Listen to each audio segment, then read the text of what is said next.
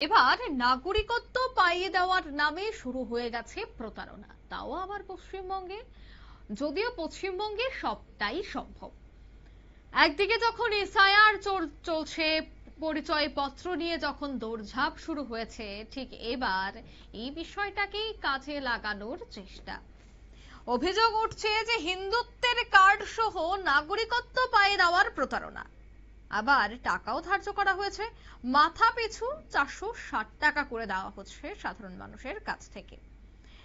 অভিযোগ পেয়ে পুলিশ প্রশাসনের পক্ষ থেকে বন্ধ করা হলো হিন্দুত্বের ক্যাম্প।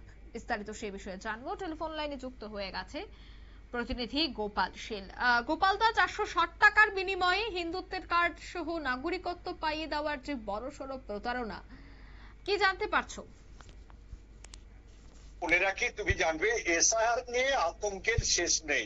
বিশেষ করে যারা বাংলাদেশি মানুষ, মতুয়া গোষ্ঠী, মৎস্যজীবী থেকে আরম্ভ করে সংখ্যালঘুর বেশ কিছু মানুষ, বিশেষ করে যাদের পূর্বপুরুষ বাংলাদেশ থেকে এসছে কিংবা নিজেরা বাংলাদেশ থেকে এসছে, নিজেরা এই জ্বালা যখন যন্ত্রণা ভুগছে, তখন দেখা যাচ্ছে কাকদ্বীপ বাসন্তী ময়দান এলাকায় 15 দিনের জন্য 2টি ঘর ভাড়া করে সেখানে একটি সিএএ অর্থাৎ সিএ বা নাগরিকত্ব বা হিন্দুত্ব পাইয়ে দেবার ফর্ম ফিল আপ শুরু হয়েছে। নেওয়া হচ্ছে 460 টাকা। ওরা হচ্ছে কারা করছে, সেখানে কে বা কারা করছে সেটা জানা যাচ্ছে না, কিন্তু সেখানে প্রধানমন্ত্রী নরেন্দ্র মোদীর ছবি রাখা হয়েছে, বড় বড় করে পদ্মফুল রয়েছে। সেইখানে যখন পুলিশকে জানানো হলো, পুলিশ ঘটনাস্থলে গিয়ে দেখছে তারা চলে গেছে, অর্থাৎ ল্যাপটপ থেকে আরম্ভ করে যা যা জিনিস ছিল সেগুলো রেখে পালিয়ে গেছে প্রতারকেরা। কিন্তু এরা কারা? এই প্রশ্নের উত্তরে আমরা বিজেপির সঙ্গে কথা বলেছিলাম, যেহেতু বিজেপির ব্যানারে হচ্ছে। এখানকার যিনি মথুরাপুর সাংগঠনিক জেলার সভাপতি রয়েছেন বা বিগত দিনে যিনি লোকসভা নির্বাচনে কন্টেস্ট করেছিলেন বাপি হালদারের বিরুদ্ধে, সেই বিজেপির অশোক হালদার পরিষ্কারই জানিয়েছেন যে কারা বা নাগরিকত্ব সিএ দেওয়ার জন্য ফর্ম ফিল আপ করছে বিজেপি, কিন্তু টাকা নেবার প্রশ্ন নাই। ওরা কারা করছে, ওটা তৃণমূলের চক্রান্ত, তৃণমূলের লোকজন থেকে করছে বলে তাদের ধারণা। কিন্তু অন্যদিকে গোপালদা, এই বিষয়ে তৃণমূলের পক্ষ থেকে কি প্রতিক্রিয়া পাওয়া গেছে?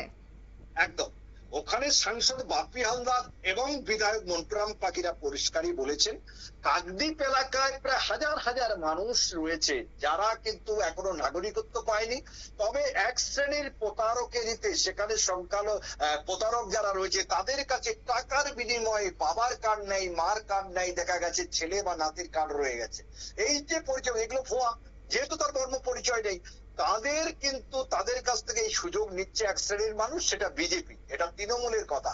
এবং এই প্রতারকদের অবিলম্বে গ্রেফতার করতে হবে দাবি তুলেছে সাংসদ বাপি হালদার এবং বিধায়ক মন্টুরাম পাখিরা। তবে যাই হোক না কেন, পুলিশ তদন্ত শুরু করেছে, প্রকৃত কি ঘটনা ঘটছে।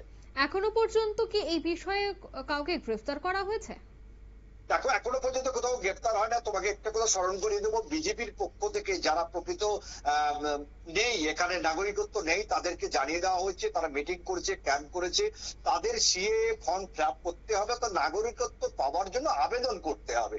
সেটা কিন্তু ক্যাম্প চলছে বিজেপির। এই ক্যাম্পটা বিজেপির কিনা সেটা এখন দেখার রয়েছে। যদি বিজেপির ক্যাম্প হয়, টাকা নেবার প্রশ্ন ওঠে না, তাহলে টাকা যারা নিচ্ছে তাদের খোঁজে পুলিশ তল্লাশি চালাচ্ছে। একদমই, অর্থাৎ অভিযোগের পাল্টা অভিযোগ। অসংখ্য ধন্যবাদ তোমায়।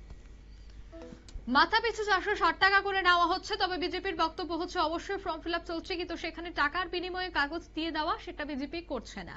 অন্যদিকে তৃণমূলের বক্তব্য হচ্ছে, তৃণমূল সরাসরি বলছে বিজেপি টাকা হাতে নেওয়ার জন্য এই চক্রান্ত করছে, আর সবটার পেছনেই বিজেপি দায়ী, কারণ ব্যানার পেছনে প্রধানমন্ত্রী লাগানো রয়েছে। তাই এই সবটা বিষয়কে কেন্দ্র করে তো অবশ্যই অভিযোগের পাল্টা অভিযোগ রয়েছে দু দলের মধ্যে।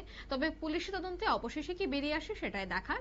এবং অবশ্যই ভারতীয় ইলেকশন কমিশনের দেওয়া যে গাইডলাইন, সেই গাইডলাইনের বাইরে গিয়ে কেউ কিন্তু কোনো জায়গায় টাকা দেবেন না বা কোনো ধরনের প্রতারণার ফাঁদে পা দেবেন না। সবটাই কিন্তু লিগ্যালি হবে, কোনোভাবে ইলিগেল কোনো কাজে জড়িত হবেন না, সে বার্তা কিন্তু দিয়ে দিচ্ছে ইসিআই। নিয়ে নিচ্ছে ছোট্ট একটি বিজ্ঞাপন বিরতির সঙ্গে থাকুন।